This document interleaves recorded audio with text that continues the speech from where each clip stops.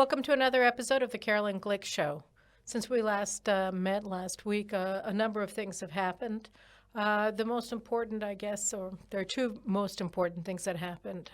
First, Saturday night, there were a series of explosions in Iran, and we're going to talk about them, what they might mean for Iran's regime, for the revolution going on in Iran now since the middle of September, with a very important Iranian emigre named Mehrdad Youssefiani. He's visiting in Israel right now in Jerusalem, and he's going to be joining us at the studio in just a bit.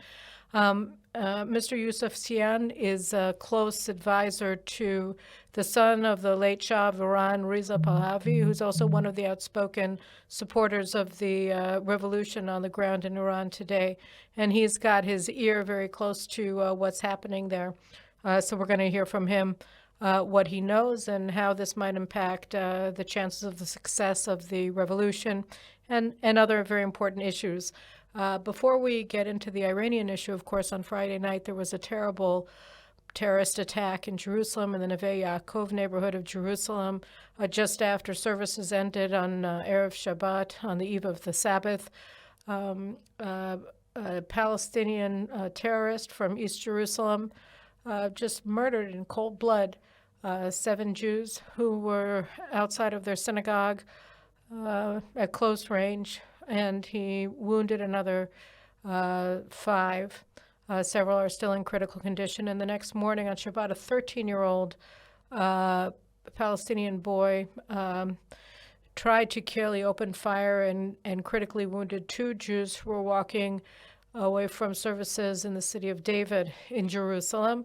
One of the victims is a captain or an officer in the paratroopers, and after he was shot twice in the stomach, he still managed to shoot his assailant and wound him pretty significantly.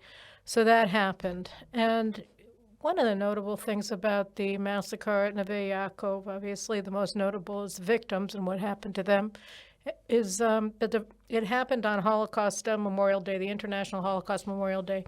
I have my issues with this day because it was established by Kofi Annan to try to get out from under a mountain of justified accusations that he was an anti-Semite for spreading the blood libel that Israel had behaved like Nazi Germany at the battle in Jenin refugee camp in April of 2002, where you had 34 Israeli soldiers were killed and 51 terrorists were killed in a pitched battle from door to door, from room to room of the area of Jenin, the Jenin quarter called the Jenin refugee camp, where they had literally booby-trapped every single house in the quarter.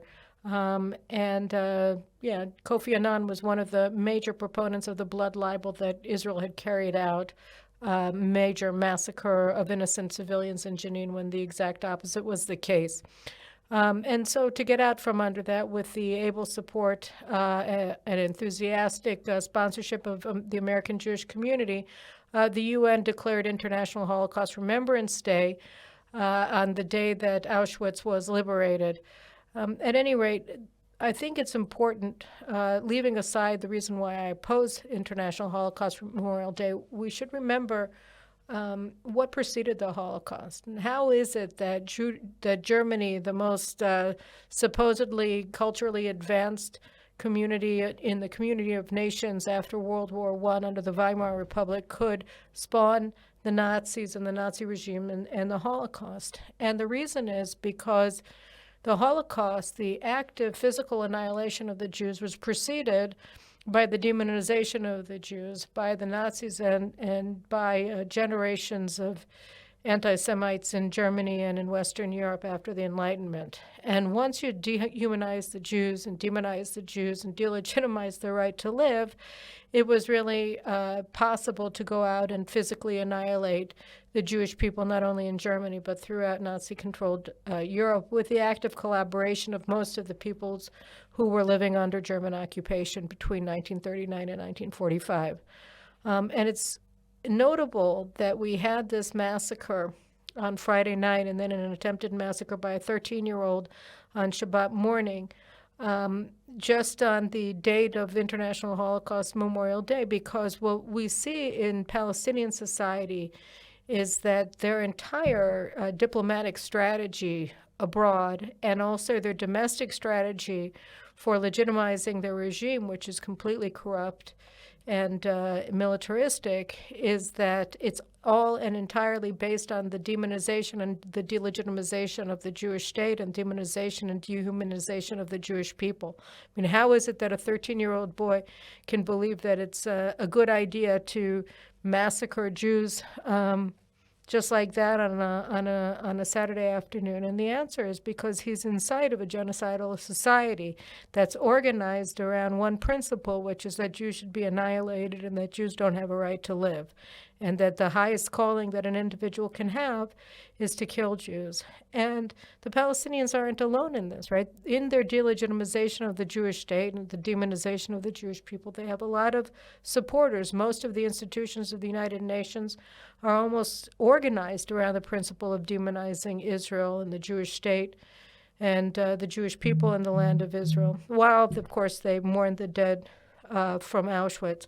And then you have the European Union that's funding not only the Palestinian Authority, but some terrorist organizations that Israel pointed out, and they present them as human rights organizations, and the EU continues to fund them, even though Israel exposed that they're actually terrorist organizations and arms of the Popular Front for the Liberation of Palestine, one of the PLO member organizations. So what we're looking at here is a people that's organized around annihilating the Jews, whose entire political identity is predicated on rejecting the Jews' right to exist as individuals and as a nation in their nation state.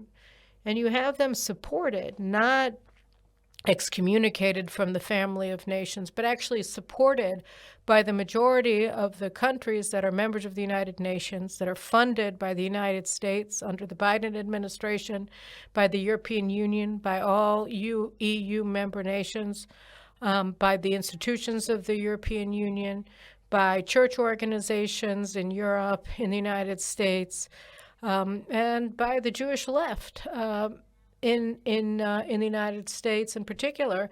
And they're all funding the Palestinian Authority and their campaign to demonize and delegitimize the Jewish people that inevitably leads to the massacre of innocent Jews by Palestinians. You know, one of the things that we have to pay attention to is the fact that these terrorist attacks are being carried out by individuals.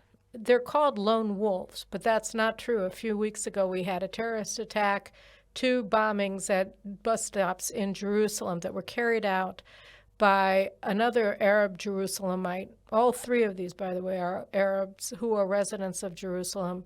And he studied engineering at Azrieli College in the center of Jerusalem. It's just a normal Israeli university. It's an engineering college.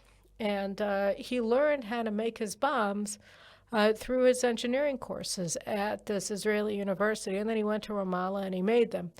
But the idea that they're lone wolves is wrong. It's sort of an optical illusion. Yeah, maybe these people are operating independently. Maybe this 13-year-old would-be murderer, you know, he just took a gun, which was illegal, by the way, from inside of his parents' home, and he took it out and he put it in his pocket, and then he hid behind a car, and he started shooting at Jews who were walking home from synagogue on Saturday afternoon.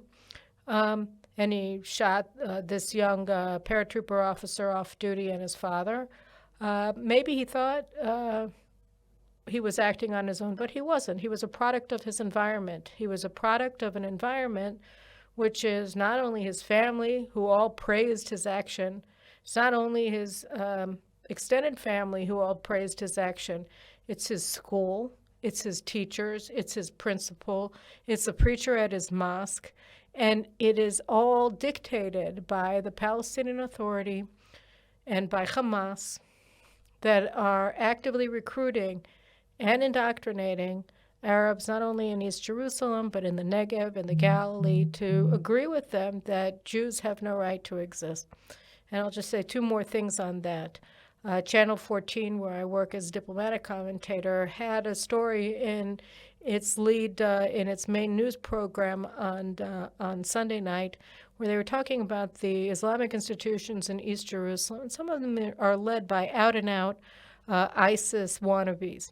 And one of them, the sheikh, met with Hamas leaders in Turkey, operating from Turkey openly, a couple of weeks ago, and he was told to recruit East Jerusalem youth into Hamas to act as terrorists. And it's easy to do because everybody goes to the same mosques and everybody learns the same anti-Jewish curriculum in their schools that are not controlled by the Israeli Ministry of Education, a big failing on Israel's part.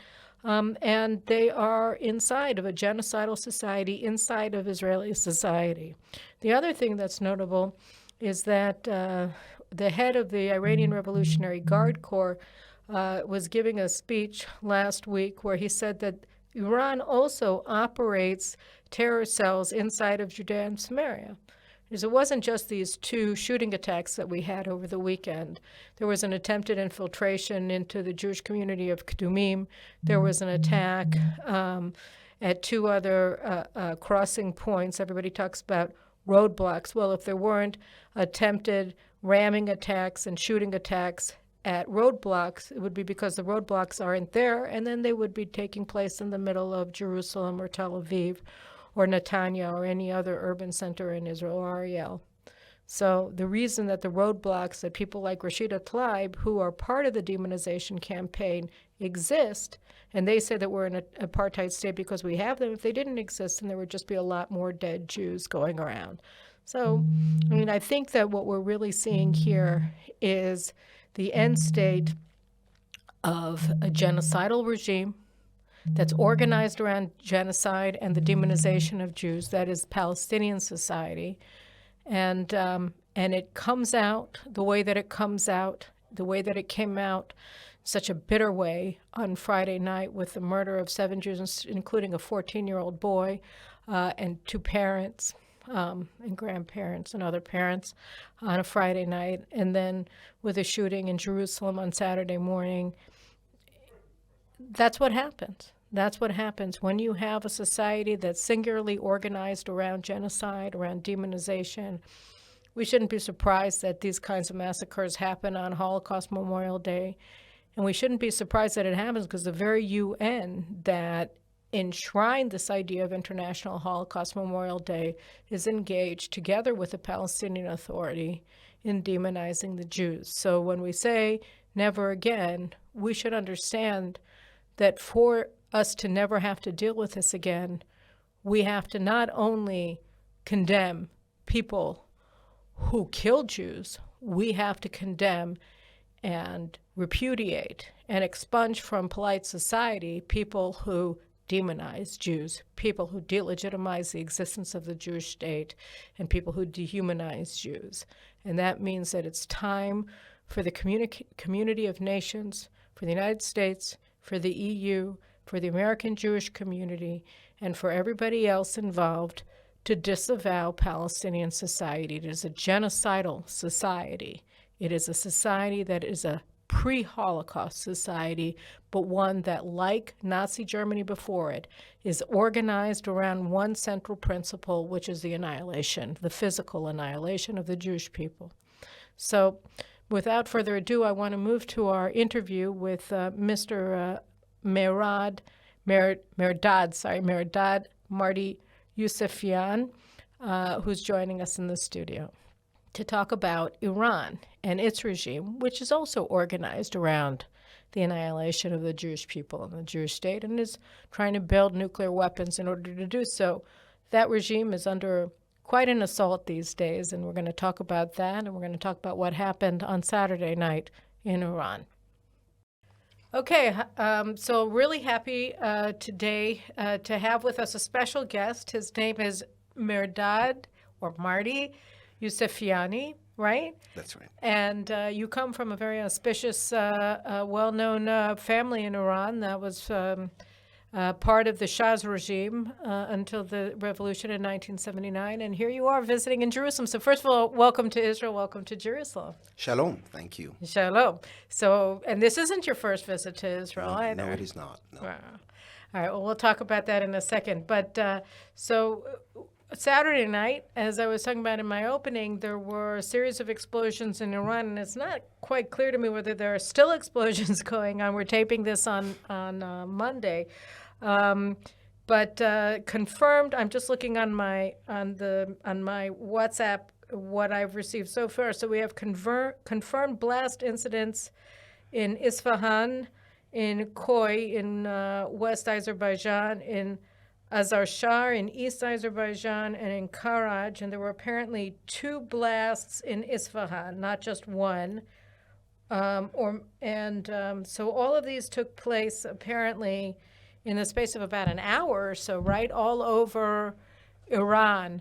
Do you have any other information about these attacks, or what was attacked, or Yeah, I mean, whether they were all drones, or whether it was different in different areas? from the reports that have come out, including some images that actually show aircraft in the sky, I think a lot of the details are still vague, and we don't know exactly, outside of some news report leakage in the United States, attributing it not to themselves. But yes, conversation has been, and footage and clips have come out of Iran from regular journalist citizens showing blasts and so forth. Who has done it is not clear, but I think the bigger important picture here is that the psychological effect that it has on the Iranian people. As we know, Iran is going through a revolution, and any such acts would directly affect the psychology of the people. How do they react? Do they see this as a patriotic, protective measure? Well, first, before we even go into how they see it, whatever it is, and we're still not clear. We know that there were a lot of blasts all over Iran on Saturday night.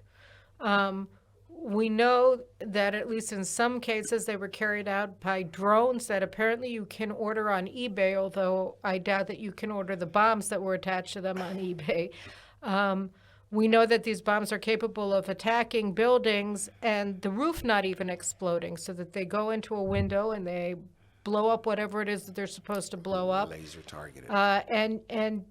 It shows an extraordinary ability by someone to pinpoint specific targets above ground in Iran, and to use these commercial drones to adapt them. You have people apparently operating inside of Iran that were conducting these attacks. I mean, these drones did not take off from Ben Gurion International Airport or Andrews Air Force Base or Iraq or wherever. They took off from inside of Iran. So you have people in Iran that have been trained to use these drones, and that in and of itself is amazing. You have people all over the country who are operating these things. Again, amazing. So first, I think, that tells us something about somebody's capabilities to operate inside of Iran. We can talk maybe a little bit about who that might be. But the other thing is, you said how they respond to these attacks is going to, be pretty significant. But the first question is there a news blackout? Do people even know what happened? How easy is it to get news of these things out if you're not in the immediate vicinity? How open is information right now in Iran? Well, that's a good question. Iranian people are known to be prolific consumers of news, and whether it be the internet or satellite broadcasts, they find a way. But yes, on the government front, they would typically black out some news of this nature. Let's not forget, this is not the first time a sophisticated precision strike has been taken into action in Iran. This is, if anything, quite an embarrassing moment for the Iranian regime, which likes to portray itself as an omnipotent consumer of intelligence and having a tight grip on society. So when you cannot even, as you said, control commercially available drones from precision attacks, that tells you something else, because of the bigger narrative in Iran right now is this regime vulnerable? Is it on the verge of collapse? Does it have complete control of the society and its security mechanisms or not? When you see acts like this, one wonders if everything is hand in glove within the regime. So when we started earlier, and I was alluding to the fact that the important part of this attack is the psychological effect on the Iranian people is exactly that. How will they react to the symbolism of this incompetence on one hand, and on the other hand, vulnerability, and on the other hand, if this was in fact done by non-Iranian actors, what does that say about the seriousness of measures being taken against the regime? So, okay, so because there are a couple of things that you point to there in relation to how the Iranian people see this. First of all, if knowing Iranian society as you know, and we should say, we should actually give a little bit of your background so that people understand, why it is that it's important to hear what you have to say about the revolution and also about what's happening inside of Iran and the regime specifically. Your father was very close with the late Shah, right? He was the governor of OPEC for Iran up until the revolution. That's correct? Yeah, my father was an oil industry executive, and his last position was governor of Iran to OPEC. Mm-hmm. So our family comes from what is, I guess, in textbooks referred to as associated with the Ancien regime. So that is the background and context I bring to the picture. But just like most Iranians, we have been at this for the past 40 years, finally expecting that our moment might be arriving, whereby light reawakens inside Iran and the Iranian regime can be gotten rid of. So that's the background I bring. So you're also a very close confidant of the late Shah's son, Reza Pahlevi, who is, for monarchists at any rate, he's the Shah. He's in exile, albeit, but he's been very outspoken since the beginning of the revolution after Mahsa Amini was murdered by the regime on September 16th. And he has been speaking both in Farsi and in English about what's happening on the ground in Iran. And he, along with some other very notable Iranian exiles in the United States, like Masih Ali-Najad and others, have really been the voice of the people inside of Iran.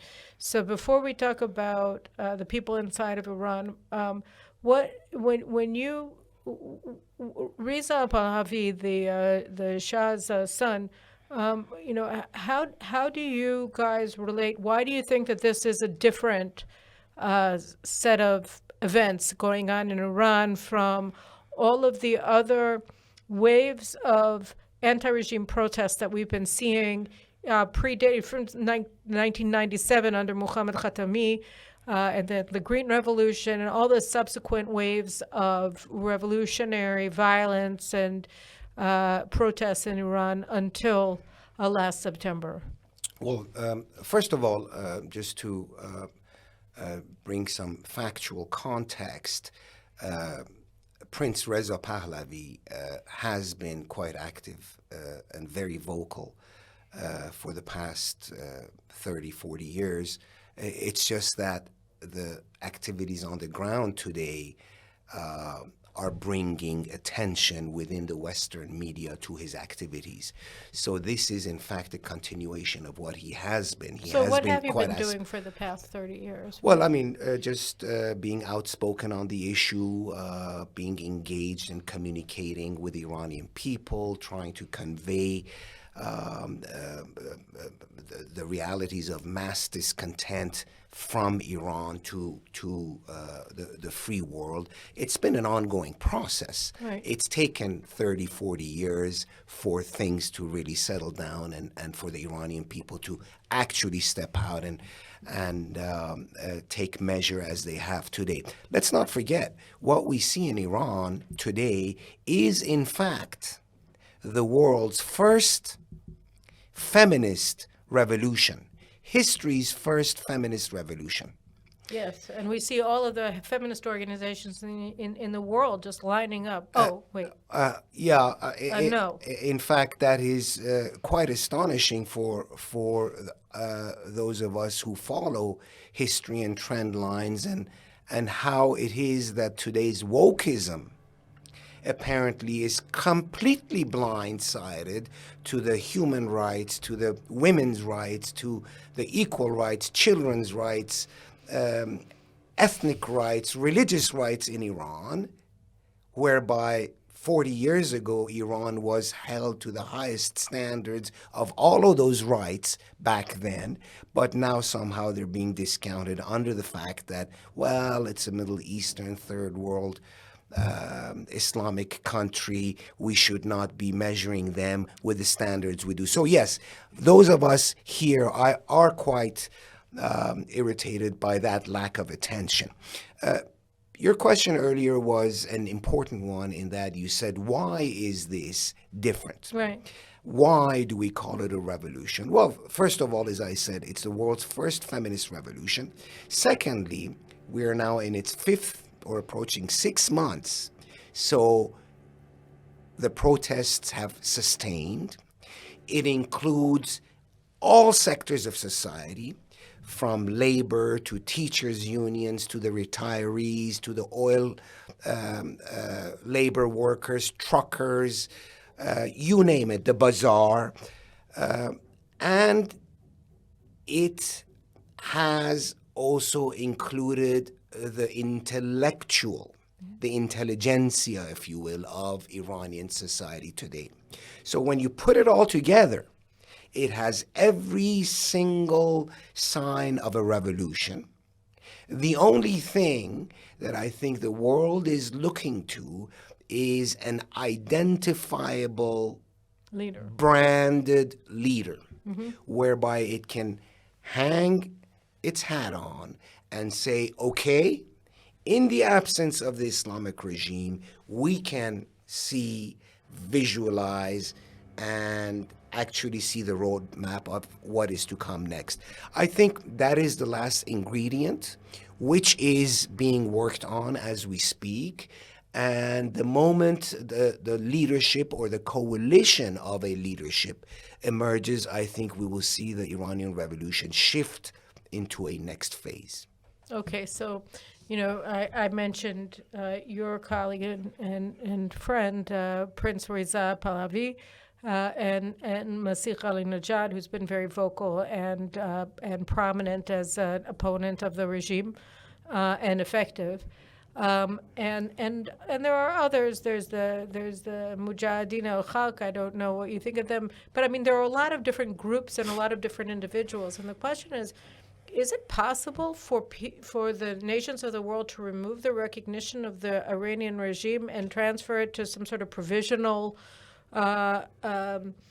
Iranian republic as opposed to an Islamic republic? Is there any sort of means to see that sort of thing happen? Can you envision a situation where the United States or the UN or any nation would say, okay, we don't recognize the Ayatollah regime in Iran any longer. We think that it is now the Iranian Republic, not the Islamic Republic of Iran, and we recognize this group of people as the provisional leaders pending the overthrow or whatever. Yeah, I think I get the direction you're going. First of all, just a bit of a correction. You referenced Crown Prince Reza Pahlevi as my colleague.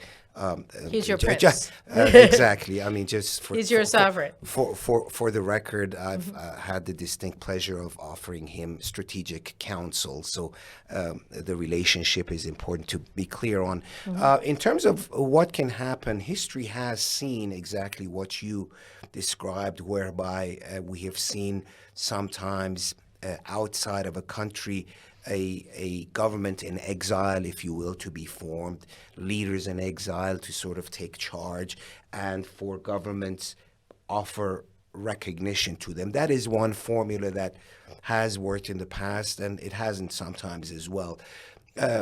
I think the model that most Iranians visualize is actually taking a page from what happened 40 years ago in Iran, whereby the ruling government basically collapsed, and in its place, a provisional government, temporary provisional government, took over, overseeing and overlooking an internationally supervised election.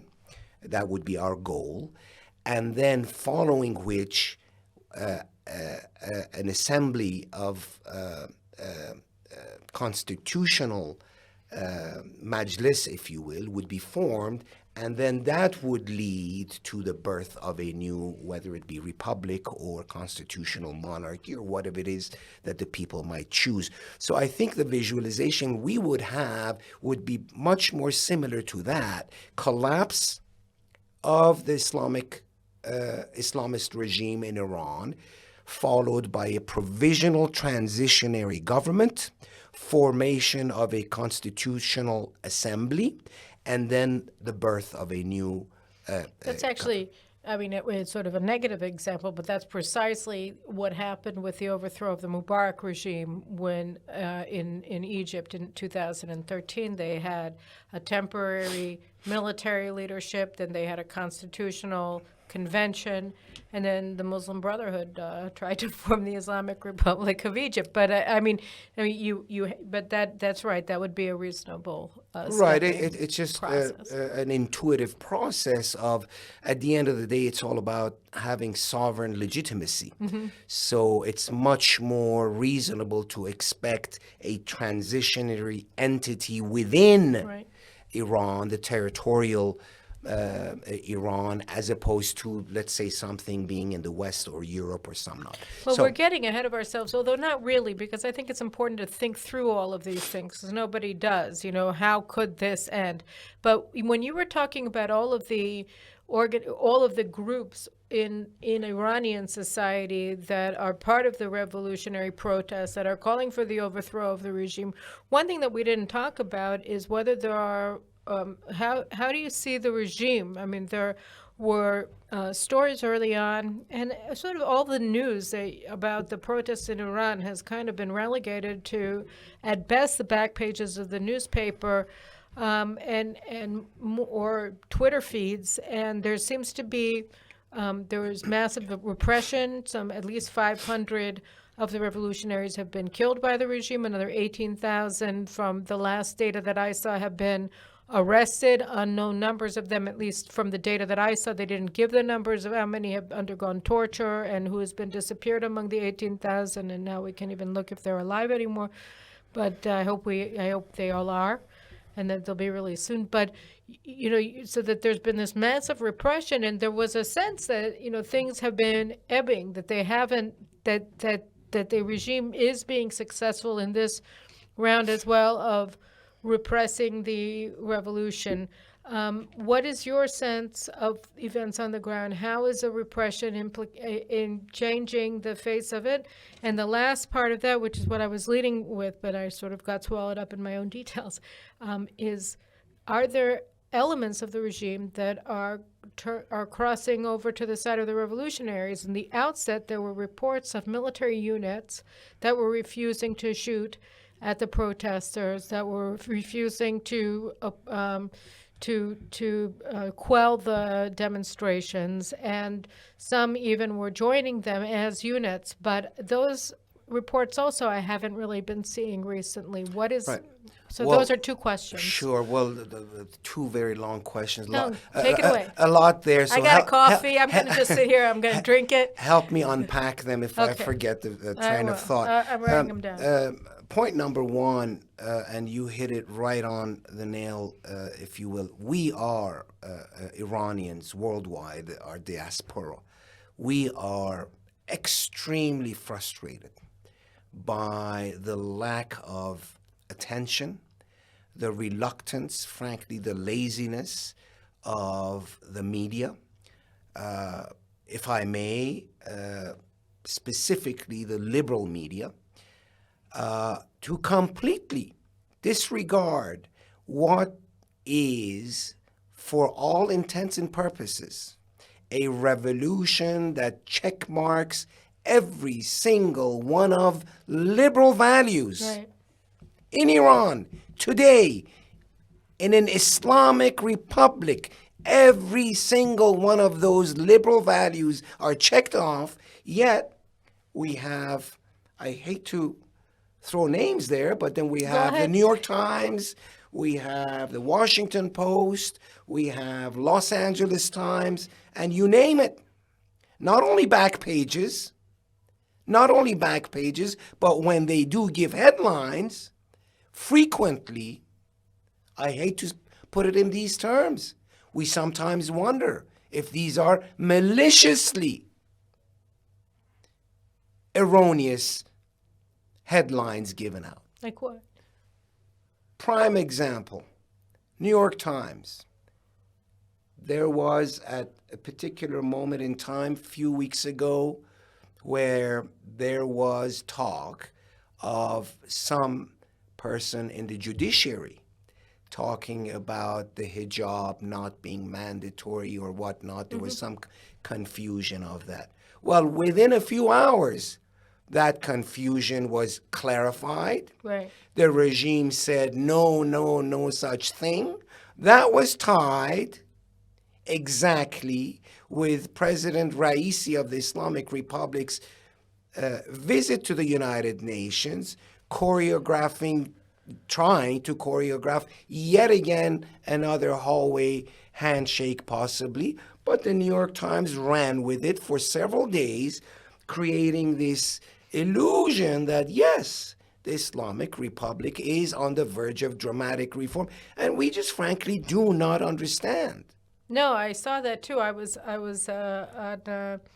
on Israel Channel 14 and talking about the Islamic Revolution, and the anchor woman said to me, "Oh, so it's all over now, right? They won," and I said, "No, what are you? You know, it took them 2 or 3 days, and then it was, oh, okay, whoops, okay, to the next subject." The point is what you mentioned. Why is it in the back pages, and when it's not, why is it completely factually misplaced, some of these attentions that we get? The other part of your question was... no, but is it going on now? Yeah, the other part of your question was, in fact, it's how is it the ebbs and flow? It's important, again, as Iranians, we also get anxious. What's happening? Is it being sustained? Is it being crushed? Is the iron fist working? Fact of the matter is, when we look at history and history of revolutions, all revolutions have ebbs and blows. All revolutions have ebbs and blows. And we have seen that just at the moment of time when least expectation, when one thinks that perhaps the regime in this case has the upper hand, that's when things unravel. You asked that earlier on there were signs of defections by the regime. Absolutely the case. We still see signs of it. We've seen members of the Revolutionary Guard. We have seen members of the regular police, the gendarmerie. We've seen members of the Basij. We have seen clerical leaders who are coming out. We have that Sunni leader who every Friday through his sermons is taking on the regime, siding with the people. We have in the seminary in Qom, right? There were students who were opposing the Absolutely. Ayatollahs. Not too long ago, a few weeks ago, we had several of these teachers as well as students signing petitions, basically declaring their dissatisfaction with the way this regime has sort of hijacked the traditional Shia infrastructure. Because let's not forget, what Khomeini did was he not only brought revolution to Iran, he also turned the infrastructure of Shiism upside down. That's a long story to get into, maybe for another time. But even back then, the traditional Shia clerics never wanted what we see today, the integration of It's like the Grand Ayatollah in Najaf in Iraq. Sistani, Sistani, Ayatollah right? So Sistani, the correct. Ayatollah Sistani was actually, he's more of a traditional Shia leader, right? And he opposed the theocratic 12er sect of the Khomeinis Right. who were millenarian. is that Ayatollah right? Sistani is what is referred to as Ayatollah Uzma. Uzma comes from Azim, big, great, grand. He It's is like a in Hebrew, Otzma is powerful. exactly similar, same roots. So he is an Ayatollah Uzma. He's a grand Ayatollah. You have a few handful of grand Ayatollahs. Then you have other not as prestigious or senior Ayatollahs. But basically, what has happened is that before, under Shia Islam, if there was some form of a democratic process whereby people would choose their own sources of emulation, and that is what Ayatollahs are meant to be, sources of emulation. If that was the traditional Shia Islam, Khomeini came in and said, you know what? All of you grand Ayatollahs, all of you junior Ayatollahs, everyone aside, I am the solo man, and all those funds, all that emulation, all that political power no longer is equally distributed amongst the others. It is all in my hand. So, and the vast majority of traditional Iran Shia leaders to this day are in disagreement with that, completely rejected. Yes, but he won. Right. Well, yes, but he won. He changed the face of Shiism. And I think history has not stopped speaking about that yet. It hasn't given its final. Final judgment. All right. Well, good. Hopefully, it won't. Hopefully, we'll see a new judgment coming up soon. Because I mean, we see in Hezbollah in Syria. In Lebanon, we see now with the rise of Hezbollah-like Shiism in Syria, and even in the indoctrination that we see of Shia minorities in Germany, in Morocco, in other places, by Iranian clerics who they export there. It isn't a traditional Shiism; it's the sect of Khomeinism that they're exporting. That's right. In fact, we declare it outright: Khomeinism. Mm-hmm. It is a system of political system of governance, Khomeiniism, like communism and socialism. Incidentally, all of them having failed. So, yes. Well, so what about the military? What about the Revolutionary Guards? Because what has to happen for the regime to collapse? You have to have people stop obeying, right? Very, very important point you raise, Caroline, and that is the military infrastructure. Might be interesting for some of your members of your audience who may not know, Iran has a different infrastructure in terms of its military. One track, you have what's known as the traditional professional armed forces left by the Shah in terms of its training and infrastructure and equipment and so on and so forth. And then you have a parallel military force known as the Revolutionary Guards. Which is bigger? Well, the question maybe should be asked, which is more powerful? It should be, but I mean, I'm just wondering which one actually, but first, which one has more members, do you think? I think the power base is important because the Revolutionary Guards, in addition to the funding and the latest technology and so forth that it gets, in addition to the monopoly on political power it has, it also happens to run 75, arguably 80% of the Iranian economy. So that's why I say the numbers don't matter. It's what they control that matters. And this is exactly why the latest move for the EU to place the IRGC, Islamic Republic Revolutionary Guards, into the terror list is so essential, because that will essentially shut down and bring paralysis to a socio-political, economic infrastructure that is in fact sustaining the regime. Okay, I want to go back to that for a second, but before we go and examine this specifically, because that has to do with the question of what the international community can do to help the revolution. But before we go to that, I want to ask you a different question, which is about Russia and the Iranian regime. So when I look at the regime's deal with Russia, that they're giving them these attack drones for Ukraine, and in exchange, Russia's going to start rearming the Iranian military for the first time since the revolution with modern arms. So one of the things that I'm concerned about, and this could be wrong, it could be a misplaced concern, and if it is, I'd be happy to hear that, but is that if you're worried about the loyalty of the military, then one of the good things that you can do is to give them new toys. So that if, for the first time since the 1970s, the Iranian Air Force gets something other than, F-14s, and they get these advanced Russian fourth-generation fighter craft, whether this will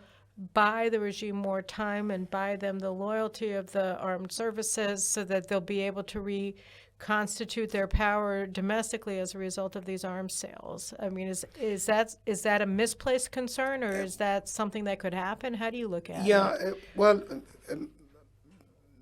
and even more broadly, what do you make of these Russian military sales of modern conventional forces to Iran? Right. There's something to be said about what you're alluding to, but it's a little bit more complicated than that.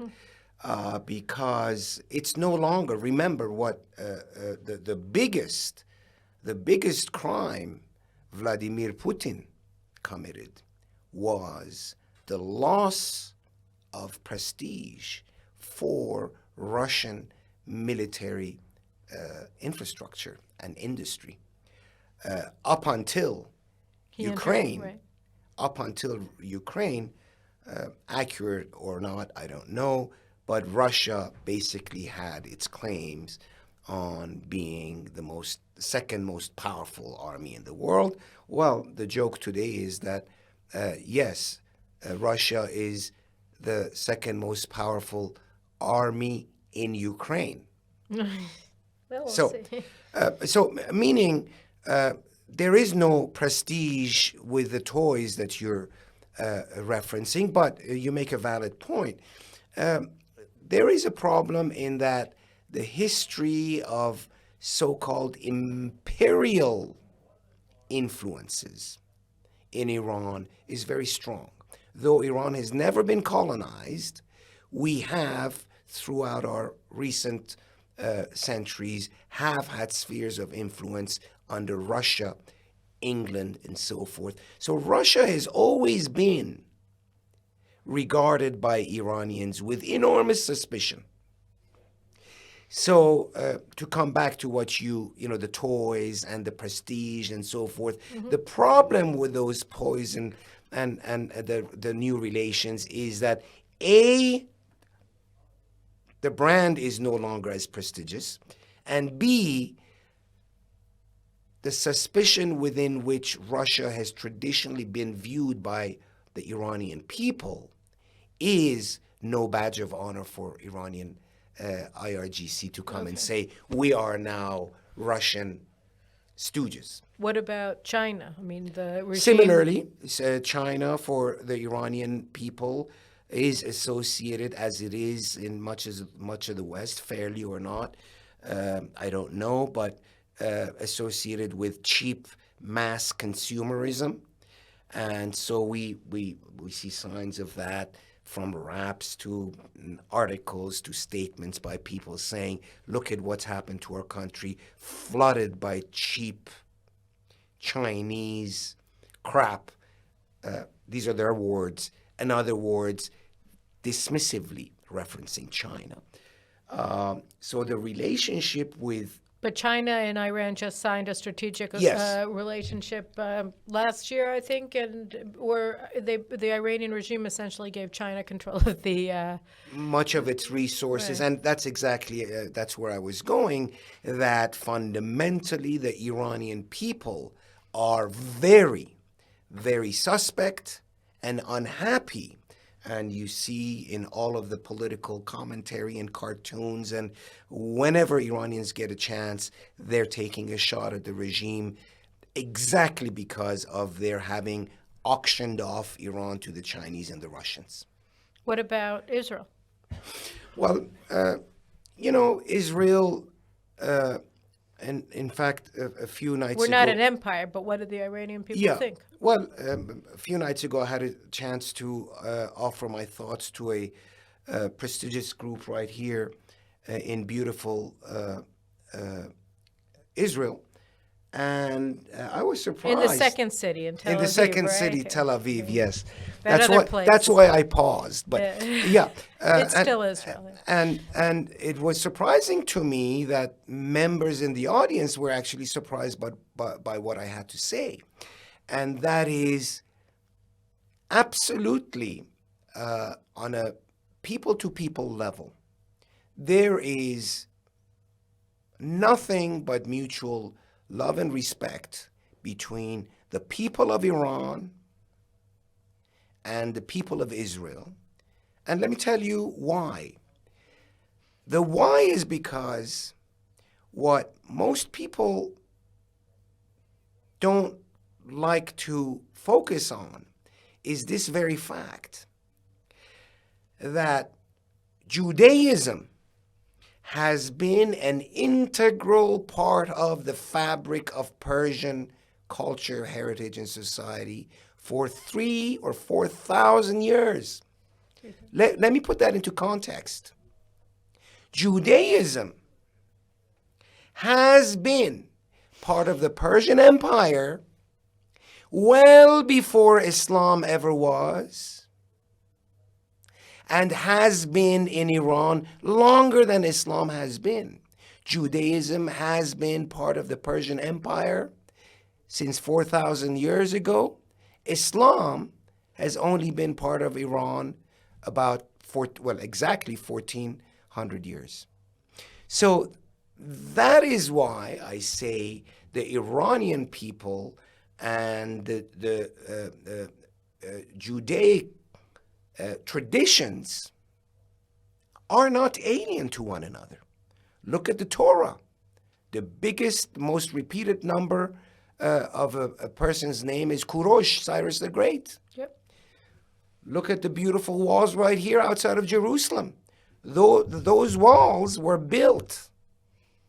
We talked about this the other day. On the phone, and yes. you challenged me, Right. but I pushed back. Oh, yeah. Just kidding. I'll push back again. That's all right. But those walls were a gift from Cyrus the Great, from the Persian people. And my point being, there is a long tradition between Persians and Jews. Right. And I cannot impress more the importance and value of political leaders here in Israel to communicate directly with the people of Iran. Make this distinction. Mr. Prime Minister, Mr. Foreign Minister, make the distinction. Connect with the Iranian people. Remind them of our joint heritage, and that whatever issues are on the governmental level will never affect this biblical relationship that has existed between Persians and Jews. So, Because that will add... I think that the vast majority of Israelis would agree with that. And I think that the idea that, there is some alienation on the part of Israelis to the Persian people is simply untrue, or to the Iranian people writ large. We look forward to the day when we can reinstate our alliance that we had until 1979. And so I think you're right. And then the question becomes, aside from speaking directly to the Iranian people, what... we'll get to Europe after this, but what can Israel do? We're just one country, albeit, according to U.S. officials anyway, we're capable of operating inside of Iran, and we do, if you're to believe the Wall Street Journal report on what happened Saturday night. Or watch Tehran Netflix series. Yeah, right, exactly. But we only liked the first season. We didn't watch the second one. It already had become something else. But yeah, that was we were wondering how we can help. Yeah, it's a very nuanced approach. I really believe that because of the fact that the Iranian regime has sought to sort of politicize obviously the governmental side, I think bypassing the government and for the connection to be made with the people is critical. I believe that Israel, in terms of what it stands for, expressing its unwavering support for the Iranian Revolution, for what it is, calling it out, without direct interference, but offering with a clear voice, loudly and repeatedly, that the Persian people will once again be freed, and that the Israeli people will be there for Iranians, just like Cyrus the Great was 3,000 years ago. I think repeating that is a very, very valuable message with which we hope the Europeans and eventually, hopefully, United States can follow. Messaging is very important. Well, when you look at what happened on Saturday night, whatever it was and whatever the expansiveness of the attacks inside of Iran and against whatever installations were attacked, what kind of impact does this have? I mean, the regime would like it to have an impact of getting people to rally around the flag. How do you see the people of Iran responding to these attacks inside of their country? Yeah, I think we sort of were jumping the gun earlier part of this conversation. I was alluding to that. That is the classic, false flag operation type of a thing that some people thought this might be the first signs, because it's sort of counterintuitive in terms of timing. Why would a non-Iranian actor consider this act now, and those targets and so forth? So some within the community did speculate that it might be a sort of a false flag operation by the Iranians, exactly to test and probe and push for the concept of rallying around the flag, and B, the classic using it to come down hard and increase suppression and policing of society and shutting things down and possibly even considering martial law and so forth. So there was an element of that. But I think fact is that the Iranian regime today is so weak, indecisive, and as somebody mentioned earlier, referring to the Iranian Revolution in '79, the perfect storm that came together, causing the revolution that brought Ayatollah Khomeini. We are seeing signs of that perfect storm coming together right now. And so, even if the regime seeks to use this latest attack, whomever it may have been conducted by, I think it's having a difficult time actually pulling it together.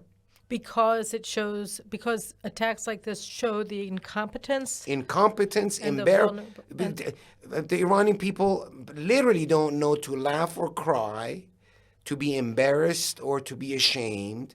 Which side do you grab here? Like you said, 10, 15 commercial grade Drones. drones pinpointing windows in shops and stores. It's embarrassing. It's embarrassing. This is a regime which declares proudly every other week or every other day or weekend that they are this far away from nuclear technology and that we can do it, we can have it if we want, flaunting their nose to the world. But we don't want it, they say. Right. So, on one hand, the huff and puff, on the other hand, This. one embarrassing act over another. Don't forget, this is not the first of. This is one of many. I saw this. Clip on Twitter yesterday or the day before, where the head of the Revolutionary Guard saying that they're operating terror cells inside of Judea and Samaria. And then in the background, they showed the attacks in Isfahan, the explosions in Isfahan, so that, it made him look completely ridiculous, right? So he's saying to the Israelis, we have these suicide bombers or whatever, these terror attacks. But they do, by the way. They do have units of the we all know Islamic that. Jihad. I mean, it's theirs. Hamas is theirs. And they are directing a lot of the violence here. But on the other hand, then right there in their backyard in Tehran, you have explosions going off, like you said, like I said, with these drones that you can buy on eBay, exploding inside of sensitive regime installations. So that you're right, it is thumbing their nose at the regimes. But when we look at then, so Israel can express support and whatever else it may be doing. But what about Europe? Europe, it's so angering to Israelis, where you have this regime that's dedicated to the annihilation of the Jewish state, developing nuclear weapons, and the Europeans don't have any problem with that, but then suddenly they start supplying drones to Russia to attack Ukraine, and now they're thinking about maybe recognizing that the IRGC is a terrorist organization, although they didn't do that last week. They convened in Brussels after the European Parliament overwhelmingly called for the European Union, the European Commission, to, in fact, designate the IRGC as a terror group. They didn't, and neither did Britain. Well, I mean, that's, well... that's from the Israeli perspective, but how do you look at, how do the Iranians outside of Iran and also inside of Iran, who are being killed by the IRGC, by the Basij militia that belong to the IRGC, how do they look at the European behavior? This is a continuation of our frustration. There is not a single Iranian, there is not a single opportunity that a single Iranian misses to express detesting the Islamic Revolutionary Guards. Not a single Iranian that does not know the financial corruption, the social corruption, the black market control, from drugs to alcohol to satellite dishes to, prostitution, to drug trade, all controlled by the Revolutionary Guard. So every single Iranian knows this is a fact. And then when you add to that the Revolutionary Guard's control of the Basij and the suppression, the killing of the Mahsa Aminis, 22,000 political prisoners, over 500 or 600 murdered. These are all done at the hands of the IRGC. Okay? European Union had its wonderful deliberation. The Parliament did pass the resolution, but then we have Mr. Joseph Borrell, who comes and talks about some legal loophole in that we need to have a court of law designate and looking into it. Well, when you have Al-Qaeda, which was designated just based on reference of what it had done, and then we also see IRGC having done what it has done. Don't forget, the Quds Force, which is the foreign arm of IRGC, was led by who? Qasem Soleimani. What was Qasem Soleimani's claim to fame? His last round of claim to fame was his having saved Bashar al-Assad. How did they do that? By killing 500,000 Syrians. How did they do that? Barrel bombs, chemical warfares, the famous red line that was drawn and forgotten about. So this is the report card of the IRGC. This is the report card of the IRGC. Why do you think that they're not doing it? Why do you think that they still want to give them nuclear weapons through this nuclear diplomacy at $1 trillion by 2030 and sanctions relief from the United States? Why? I mean, I would leave that to the imagination of certain discoveries that were made throughout Europe, certain parties, and the influence peddling of the Islamic Republic. There's the deputy head of the European Parliament, right? The Italian woman who had all that money in her. You said it. Well, it's public knowledge. You could say it too. No, meaning a very, very sophisticated influence peddling / lobbying / public affairs program that the Islamic Republic has perfected in the past 2-3 decades, much of it under the command of Javad Zarif, a perfectly U.S. trained and educated. You know, he lived most of his life in New York, and establish a very effective Iran, what's known within our community as the Iran lobby. NIAC, National Iranian American Congress. Council. That and a number of them. But the point is, when you say why, much of the why is because of corruption, influence peddling. All right, and now, second to last question. Today, Secretary of State Tony Blinken landed in Israel. He's going to be here. He's going to be visiting the Palestinian Authority, which exists in order to destroy Israel, and Egypt during his visit to the Middle East. And so the Biden administration has a very strange policy. On the one hand, they say that they support the Iranian people and that the Iranian people get to decide who their government is. And on the other hand, Robert Malley, the envoy for talks with Iran, met with the Iranian ambassador at the UN 3 times over the past 2 months, according to a report that the State Department didn't deny from Iran International. And Josep Borrell was named by the spokesperson for the Iranian Foreign Ministry as the point man between the regime and the United States in continued nuclear negotiations, where the Americans supposedly gave the Iranians take it or leave it offer back in August that the Iranians didn't respond to.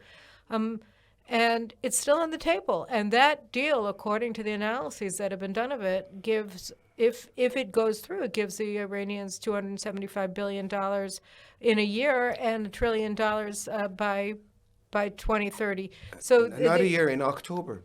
Those sanctions expire in October, if it were to be, yeah. So wonderful, right? So I mean, the point is that like, they still are maintaining this policy of appeasing the Iranians.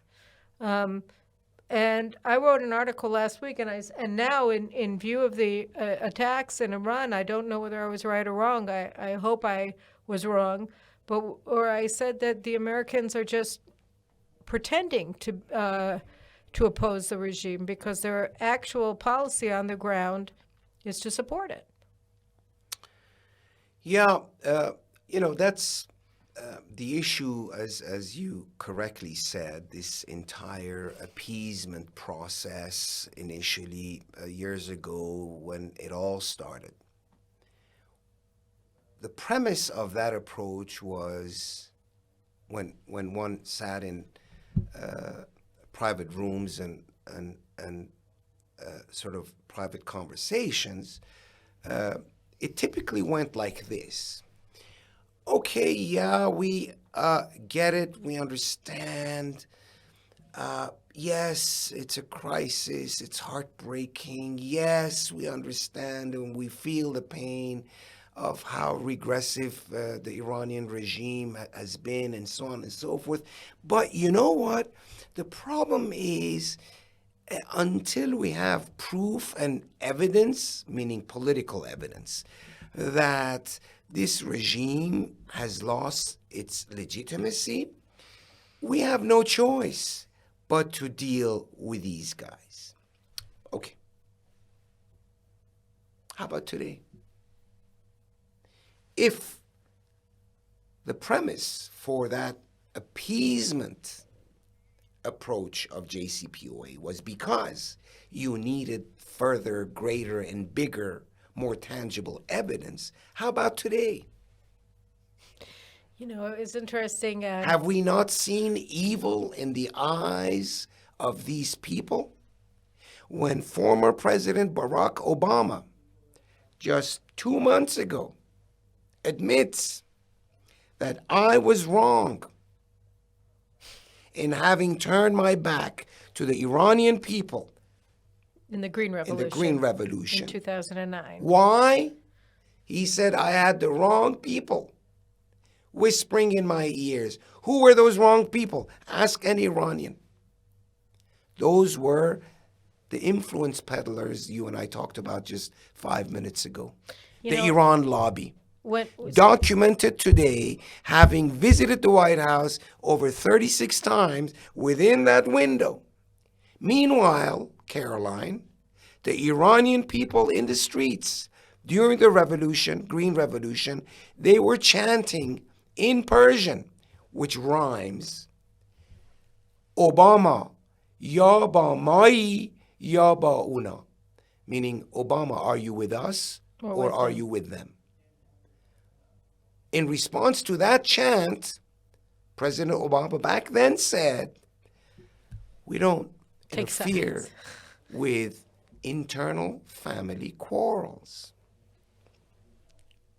So this dovetails back into the JCPOA and why are they still, and that's the continuation, and that's part of this campaign. That's why people like me are going around trying to talk, reach out, plead, beg, demand, pound on the table, waking the world up. We need attention. We need connection. We need the world to tell my brothers and sisters in Iran, we see your courage. We see what you guys are doing. We are with you. We will not forget you. Jew, Gentile, Christian, matters not. And so we are hoping this I am one of many within the diaspora doing my part, just like My brothers and sisters are literally giving up their lives in Iran. Yeah. And we hope that the trends will turn. You know, I saw this interview with Stephen Kotkin, who's one of the premier biographers of Stalin. And he was asked, you know, what was it that FDR missed about Stalin? What was it that the Americans throughout, you know, the Cold War, what was it that they missed? What didn't they understand? And he said, they didn't understand that they were communists. And they didn't understand what communism is. They didn't understand what it means to be a communist. And as a result, they couldn't come to terms with the great challenge that posed at the end of the day when the United States was facing off against the Soviet Union and tried to come to a meeting of the minds at the Tehran conference and Potsdam and Yalta. And they missed it. They just didn't understand how much of a psychotic tyrant Stalin was. And here with the Iranian regime, sometimes you get the sense that it's not necessarily that they don't understand the ideology. What they like is the anti-Westernism of the ideology. Yeah, I was going to say that, yes, on Stalin, I think back then it was still early. I think it was more like they did not understand communism, the nature of that beast at the time. It was still... But same now, thing with Iran. Right, exactly. When they say,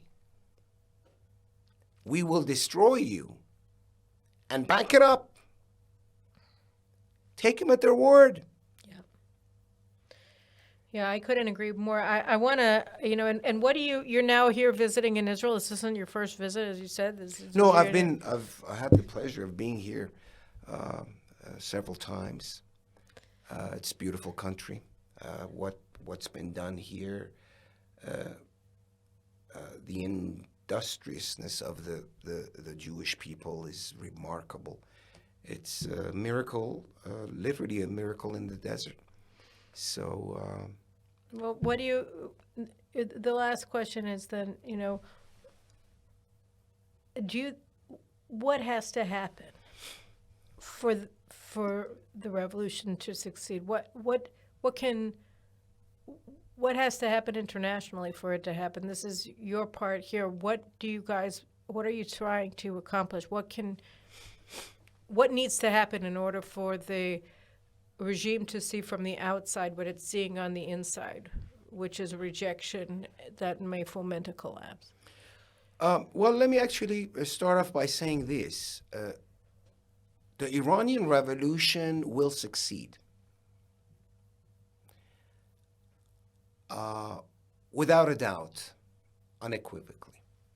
We will see a day where the world no longer has the threat of the Islamist regime in Iran.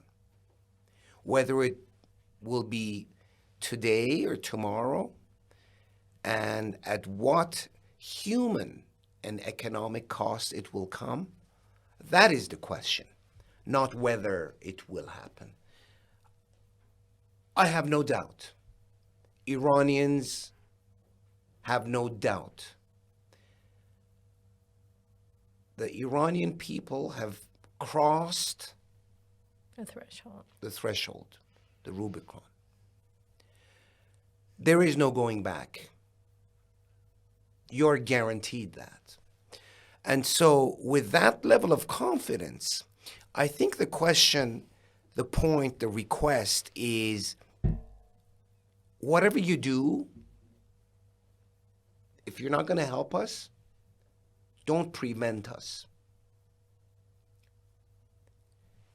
Europe, the West, and Washington, if you're not going to side with the Iranian people, don't side with the Iranian regime. If you're not going to side with the Iranian people and help them, do not help the Iranian regime by cutting a deal, sitting down and legitimizing them by releasing billions of dollars so that they use those dollars not to go buy shoes and books, guns and bombs is where that money will go. Used in acts of terror abroad and acts of terror on our own people. That is the nature of the Islamic Republic of Iran. It is a state sponsor of terror, using terrorism every single day regionally, Hamas, Hezbollah, all of them, and using terrorism every single day inside the borders of Iran. So if you are not going to help us, Get out of the way. do not help the Islamic Republic. Well, I think that we at JNS and we at the Carolyn Glick Show, we certainly side with the Iranian people, and we wish them Godspeed. And we thank you for your efforts on behalf of the Iranian people and for your partnership with the Jewish people in Israel and in Iran. And may we see Iran's days as a republic renewed in very quickly as possible. Inshallah, as we say, Inshallah. shalom. Bezrat Hashem. Thank Bezrat you. Hashem. Thank you very much for coming, and enjoy the rest of your visit in Jerusalem and in the land of Israel. Thank you very much, Thank Carolyn, you. for having me. All right, and we'll be back next week with another Carolyn Glick Show. I hope you appreciated this, and don't forget to subscribe and to share and to get the message out. Iran will be free. It's just a question of time, and let's do everything we can to make that time come now. Thank you very much.